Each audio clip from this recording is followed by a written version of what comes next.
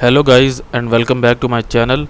So in this video I will tell you that how to make an exponent in Google Docs. So before starting this video, make sure to like this video and subscribe to my YouTube channel for more tips and tricks like this one.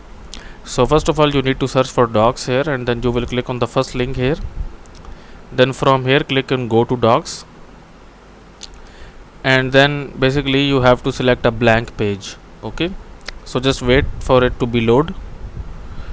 And now here you can see that we have this blank page, so you just need to open up the blank page. Okay, so tap on this one and just wait for it.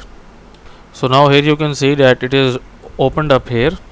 So we will just enter this number here, let's suppose 2 into 4, and I will just increase its size basically. And now let's suppose that we want 4 as an exponent of 2, so we will select 4, click on format, then text, and then superscript, and here you can see we have the exponent here. So that's it for this video guys. If you find it useful, kindly like this video and subscribe to my channel, and I will meet you in the next video.